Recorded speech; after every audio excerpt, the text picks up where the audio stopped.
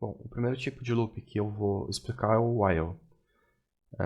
O while é o tipo mais básico de loop e nele a condição é verificada antes.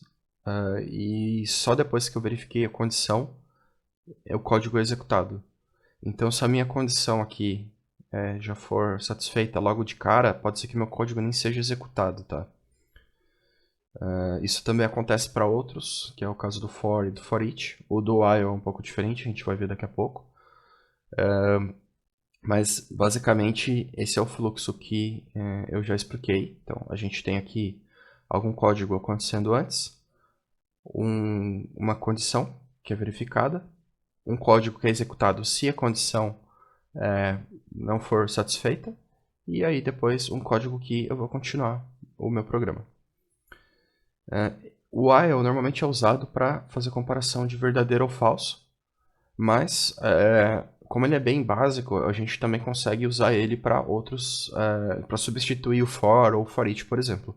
A diferença é que o for e o for each eles são preparados para situações mais específicas e eles já têm algumas coisas embutidas, vamos dizer assim, tá? De novo, as principais características são, enquanto uma condição for verdadeira ou falsa, depende da lógica que você está usando, ele vai continuar repetindo. Ele executa o trecho de código uma vez e sempre volta, então a gente pode ver aqui no diagrama, né? Então ele verificou a condição, não cumpriu a condição, eu vou executar um trecho de código e eu vou voltar para o início para verificar a condição novamente. E aí isso se repete infinitamente. Um ponto de atenção é que às vezes a gente pode criar um loop infinito sem que a condição seja satisfeita. Então isso aqui pode rodar para sempre. Então isso pode consumir vários recursos do seu computador. Isso pode, dependendo da lógica, isso pode criar muitos recursos numa nuvem, por exemplo. Então a gente tem sempre que tomar cuidado para não cair num loop infinito, porque nem sempre isso é desejado. Tem alguns casos que sim, é desejado, mas na maioria deles a gente não quer isso, tá? Então tomem cuidado com esse tipo de situação. Beleza?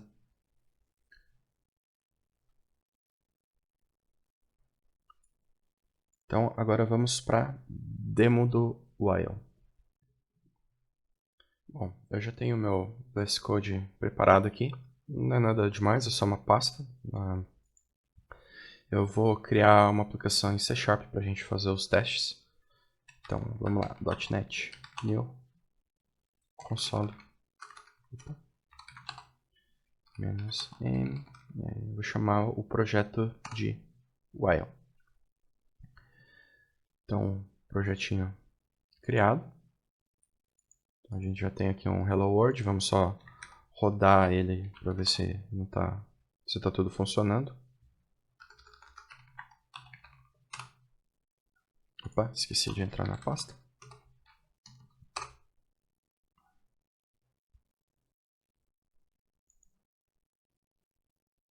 Hello World. Então, beleza, tá funcionando. Então a gente vai remover essa primeira parte aqui.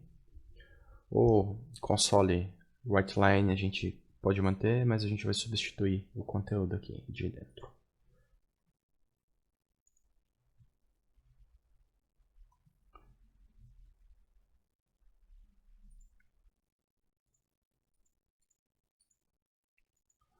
Bom, então a primeira coisa que a gente tem que saber é quantos devs vão precisar de café. Então, para a gente deixar o programa dinâmico, a gente tem que receber um input, né? Então, primeiro a gente vai preparar essa parte. Então, quantos devs precisam de café? Bom, eu vou jogar isso aqui numa variável int devs console.readline. Beleza, então isso aqui vai pegar a quantidade de cafés de devs que precisam de café e vai jogar na minha variável. Só que primeiro eu preciso converter isso aqui para int. porque o meu input é uma string e só jogar no int aqui ele vai reclamar. Então, só para a gente testar, console writeLine. Aqui a gente joga a variável.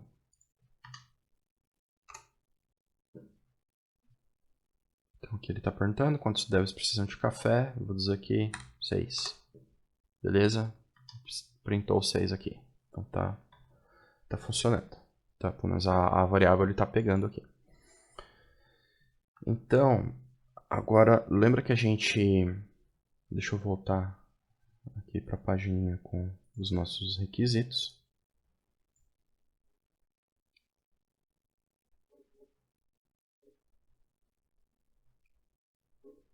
Aqui. Então, para cada novo café, o pedido precisa escrever na tela o número de pedidos que está sendo executado. E no final a gente precisa exibir a quantidade de cafés preparados. Então, vamos começar com o primeiro requisito, que é para cada novo café escrever na tela o número do pedido que está sendo executado. Então, eu vou colocar aqui, só para a gente não esquecer e comentar. Então, eu vou declarar o meu loop. Então, como que eu faço isso? Então, eu vou escrever while. Aqui eu vou colocar a minha condição. E qual que é a minha condição? Que enquanto o número de devs que eu recebi aqui não tiver café, eu preciso continuar preparando café. Então, isso a gente vê aqui nesse diagrama. Então, eu vou receber a quantidade de desenvolvedores que precisam de café. Eu vou preparar, eu vou checar se todos têm, que é exatamente essa condição que a gente está fazendo agora, e aí eu vou preparar o café. Então, como que a gente vê se todo mundo tem café? Então, lembra que eu tinha falado sobre o contador? Então, eu vou criar uma variável chamada cafés preparados. E aí eu vou verificar se a quantidade de cafés preparados é menor que a quantidade de devs que precisam de café. Então, aqui está a nossa condição. Normalmente, vocês vão ver um código com um contador assim. É normal, é o padrão aí que se usa, tá? Então, você pode deixar um nome mais bonitinho aqui, mais que vai dizer exatamente o que a sua variável está fazendo. Mas você também pode usar o count, ou em inglês, né, o count. Então, também é uma maneira que vocês vão encontrar isso. Então, se vocês verem um código que tem um count ou um count, então imagine que tem algum loop por perto, tá? Então, o que eu vou fazer? Então, a minha condição já está preparada, certo? E agora eu preciso escrever na tela para cada cada pedido sendo realizado, eu preciso escrever que ele está sendo realizado. Então, console.writeLine. Aqui eu vou dizer que eu estou preparando o café número. E aí aqui eu vou usar o nosso contador. Deixa eu só colocar a interpolação aqui. Cafés preparados.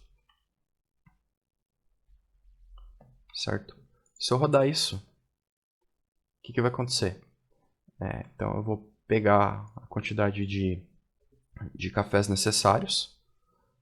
Eu estou declarando a minha variável aqui. E eu estou verificando se a minha variável é menor que o número que eu estou comparando, né? Então eu estou vendo se os cafés preparados, a quantidade de cafés preparados é menor que a quantidade de cafés que devem ser preparados. Só que aqui eu não estou adicionando, eu não tô dizendo que os cafés foram preparados na variável. Então, se eu rodar isso daqui, ele vai entrar num loop infinito. Então vamos ver como que isso como que parece, né? Então, quantos precisam de café? Eu vou dizer só um. Ó, tá vendo? Ele tá rodando aqui, ó. Tá? Entramos no loop infinito. Por quê? Deixa eu parar aqui. Por quê? Porque a minha condição nunca vai ser satisfeita, porque eu não estou incrementando esse contador. Então aqui, eu preciso vir aqui e incrementar. Tem duas maneiras de se fazer isso. Uma, eu dizer que a minha variável é igual a ela mesma mais 1. E no caso do C Sharp e praticamente todas as outras linguagens, eu também posso colocar a variável mais. Que aí ele vai pegar, ele já vai fazer isso daqui internamente. Então ele entende que eu estou pegando o valor da variável e eu estou incrementando mais 1. Também dá para fazer menos e algumas outras operações, mas no caso aqui do loop, a gente vai usar o mais. No caso desse exemplo aqui, eu poderia usar o menos em outra situação também. Então aqui, eu estou incrementando a minha variável, eu vou rodar novamente. Então, .NET Run. Quantos devs precisam de café? Agora eu vou dizer 5. E aqui ele está preparando o café número 0, o café número 1, 2, 3 e 4. Por que isso aconteceu? Porque eu estou incrementando a minha variável depois que eu já utilizei ela. Então, no melhor cenário, você vai fazer isso antes. Ou depende da lógica, né, que você está usando. Às vezes você precisa do 0 mesmo. E invertendo aqui, eu vou pular de 0 para 1 primeiro, e aí depois eu vou dizer que eu estou preparando o café número 1. Então, vamos rodar novamente. Quantos devs precisam de café? 5. Agora sim, eu tenho o café número 1 sendo preparado, o café número 2, número 3, número 4 e número 5. Beleza, mas aqui eu tenho mais um requisito, que é... Cadê nossos requisitos? Aqui. Ao final, exibir a quantidade de cafés preparados. Então, agora eu vou usar essa variável que eu fui contando aqui, né, o nosso contador. E aí eu vou dizer que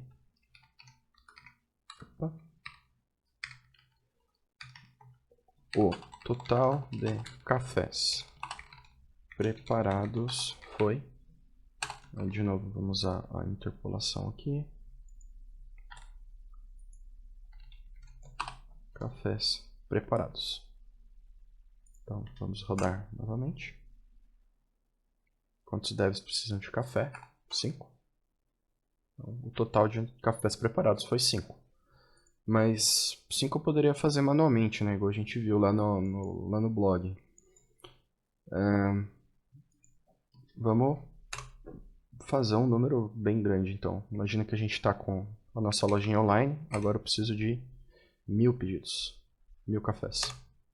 Então, pronto. Preparado em alguns segundos.